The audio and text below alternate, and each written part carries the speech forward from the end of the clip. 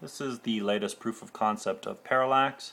Parallax is an operating system that we are developing in collaboration with Kawa Objects down in the United States. Parallax will take advantage of DIME and FCAPS management that has been developed by Kawa Objects.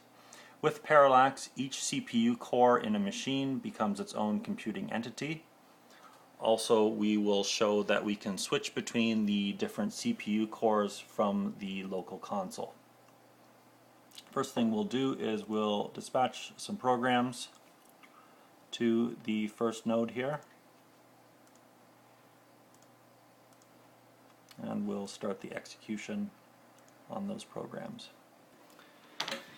If we take a look at the physical machine, we can see that the counter application is running on one CPU core. With a tap on the F2 key, we can switch to the other CPU core. So we can switch between keyboard input on each DIME or CPU core that is in the machine. And we can do that at any time. The program still continues to run as we swap back and forth.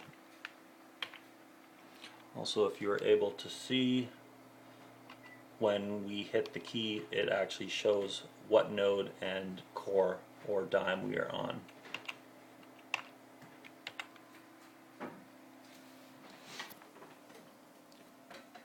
We can also assign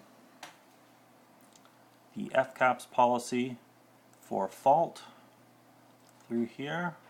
We'll give this a basic recovery. So this DIME has basic recovery on, this DIME does not.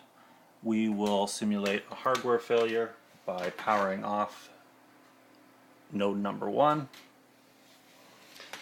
Now the orchestrator will detect that node 1 has failed. It will check to see what fault policies existed on that machine, and if there was a basic fault policy, it will redistribute the program and its parameters to a new CPU core.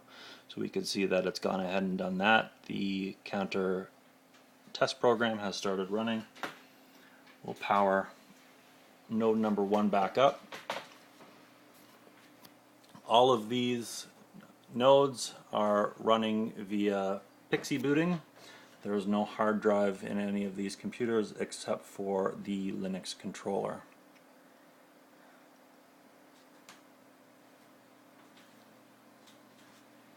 So we should see the PXE boot on the far left machine. Okay, PXE boot has started and the operating system has started and loaded. If we take a look back at the web interface, we'll see that the contact was lost to those two DIMEs. We'll resend the heartbeat, bring them back to life, and we'll just distribute the counter program back to node 1. And we can see that it's running again.